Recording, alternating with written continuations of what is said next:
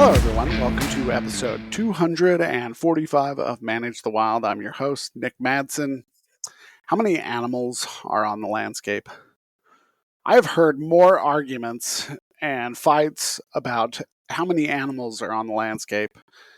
And so today we're going to talk about how managers calculate that and all the different things that go into it, as well as some of the challenges and the problems that these models face. I remember when I first got into wildlife, I didn't know a whole lot, and I still don't. That's why I'm doing this podcast. But one of the issues that I first saw when I came into wildlife is a conversation between a group of hunters that were upset about the amount of animals on the landscape that the biologist was saying. So the biologist invited them and their group to come out, and they would go and survey all the possible locations, and then they would come back and run it through the model. So the biologist came and ran through his model. Let's just say, I don't remember the number, but let's just say it was 16,000 animals on the landscape. And these group of guys said, there's no way that there's 16,000 animals on the landscape. You're not getting every drainage. You're not getting every ditch. You're not doing near enough. And the biologist said, I know, I'm not, because I'm only counting 250 animals, 250 females, and calculating in my time, and our model is giving us X number, which was 16,000. So they went out and they counted. They got 20 plus guys together, and they surveyed and they surveyed, and they came across with 500 animals. And they said, I guarantee that that number will change because we have 500 animals in this amount of time. And so they entered it in, and the number was the exact same. And they were blown away. They still disagreed with the number because they said they got every drainage, and it's just not possible or feasible or monetarily possible to be able to go out and do that. There's a whole bunch that goes into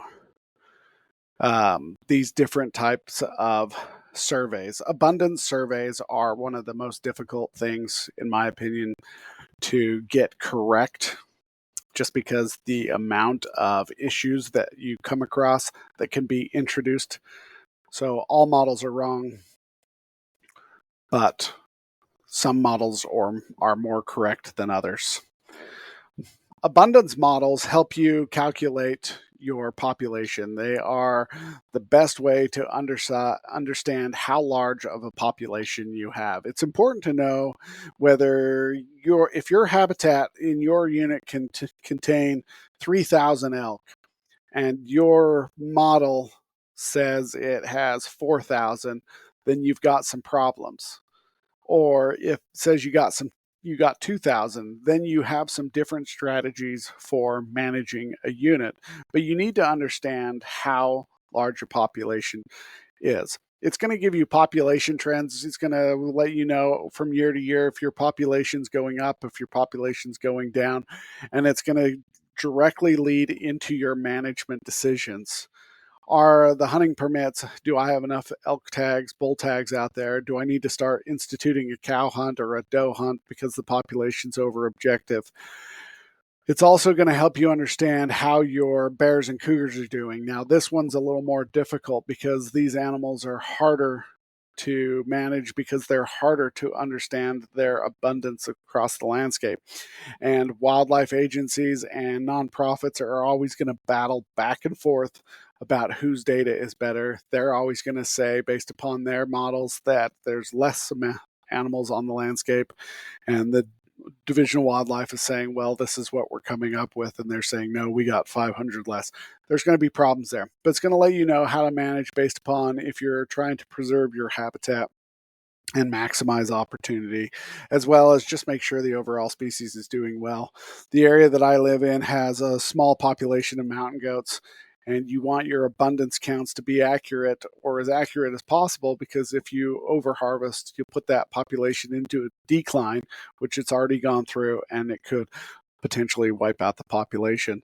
And you're constantly monitoring for changes. The challenges come from accuracy. how you're collecting the data, who's collecting the data, what type of data are you collecting is going to introduce bad data or bias, and that is going to alter and affect your data.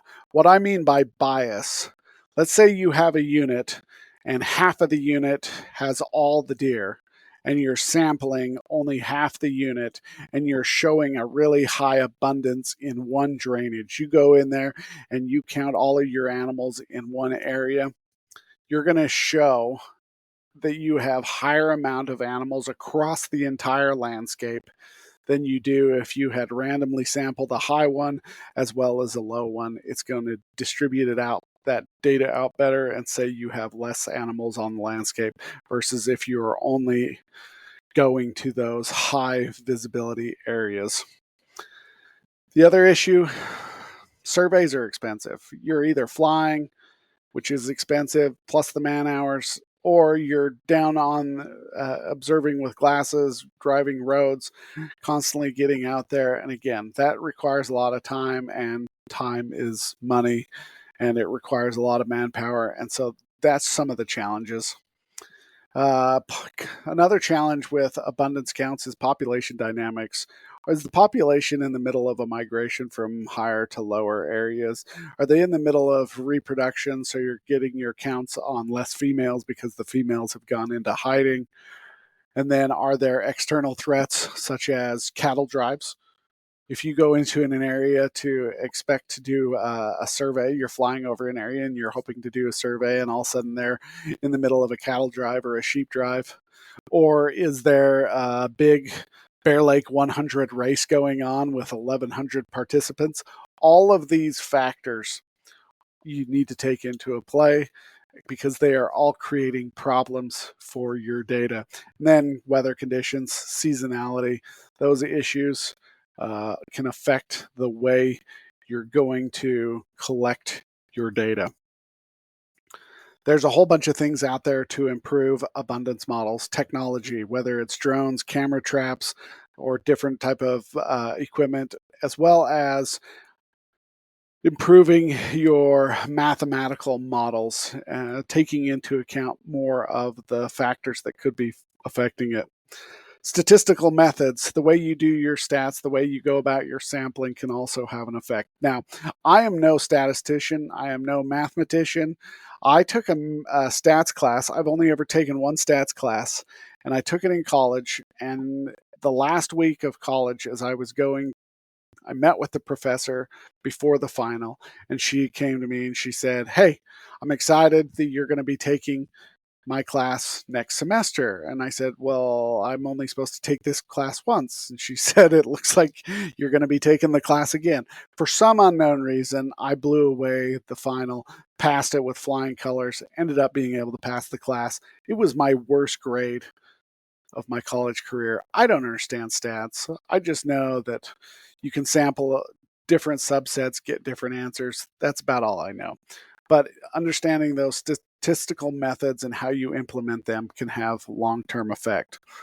Making sure you're getting long-term monitoring in place so you can monitor those trends to give you better understanding of how the population is moving around the landscape, and then you can see some of the challenges in the areas that you're going to face.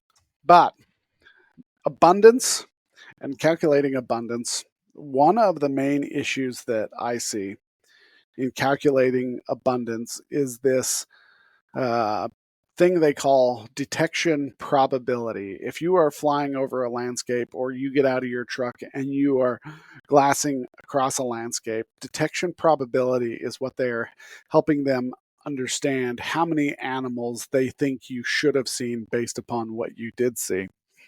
Or it's also called sightability. Sightability is something that is kind of difficult for me to understand, but it's also not. But how they calculate it's difficult. But here are the factors that go into if you are flying across a landscape or you get out of your truck and you are glassing, sightability, these are the factors that go into it. Vegetation density, thick cover versus sparse cover. If you are looking at a thick stand of aspens with leaves still on it, your sightability is going to be reduced versus if you are looking at an open landscape with virtually no trees and the shrubs are very low. Sightability improves depending on the animals that you are looking for. Time of day, early in the morning, late at night, low light conditions are all going to have an effect on what you can see. Weather conditions, the sky's clear, is it raining, is there fog, is there wind? All of these things are going to play into sightability. Terrain features, are you on rolling plains, flat meadows, or are you in hills and valleys, rugged terrain? That's going to affect some of the other issues they've got to look at. Sightability is animal behavior. Are animals more likely to be out during that time of day when you are observing? And then the experience of the observer. How good are they? Have they been out there doing this same thing for 15 years, or is this their first time? That's all the different things that go into it. Animal characteristics, seasonal variation, equipment quality. Person who goes to Walmart and picks up a pair of binoculars versus somebody using Leicas, Swarovskis, or some of those other higher brands, they're going to be able to see a little bit better, have clear glass, and it's going to affect how they view animals. Sightability is a difficult one to predict. And if you get your sightability wrong, it's going to tell you either saw more animals than you should have or you saw less. And that's going to change your output and how much abundance shows. Abundance is important for hunters as well as wildlife managers. The higher the abundance, the more animals you're going to pursue, the more tags they give out, the more opportunity there is for everybody. The higher the abundance, higher the success rate. More animals, more opportunities, and you keep getting big mature bulls, your success rate grows through the roof. They've also measured it from the Division of Wildlife standpoint that the quality of hunt is better for individuals who find that there is higher abundance on the landscape. Now, this could be some areas. Your abundance overall for the unit could be low, but this area could have high abundance. One of those important things that you should be asking biologists is, how is abundance looking across the landscape? Are there a lot of animals packed really tight together, or is there animals spread out across the landscape? Because that's going to change how you look at hunting. It's going to have an impact on the age class of your bucks and your bulls. Higher abundance that has good habitat, higher abundance will mean you're going to have more and healthier mature animals. You're going to have more bulls, more bucks, and healthy landscape will continue to allow those things to happen. The lower, again, abundance, obviously, the lower or the fewer chances for mature animals being on the landscape. But this directly relates to habitat quality. It's a double-edged sword. The higher abundance means your population, your habitat is phenomenal because it can support all these. But over time, the higher that abundance becomes, all of a sudden you start to see habitat degradation, and it's difficult to stop habitat degradation once it happens. You've got to start pulling animals off the landscape, and you got to start worrying about overall abundance, overall population, and your objectives. Those are all the different things that go into abundance. Abundance is one of those arguments that biologists are going to continue to have arguments with the public over. The non-consumptive and those special interest groups are always going to be arguing about how many animals are on the landscape, and it's going to be one of those things that they're probably always going to be wrong because some models are better than others, but they're all wrong. And so now you have it. That's abundance in a nutshell. Calculating abundance is difficult, time consuming, it costs a lot of money, but it's important for wildlife management. All right, you guys, have a great day. Stay wild.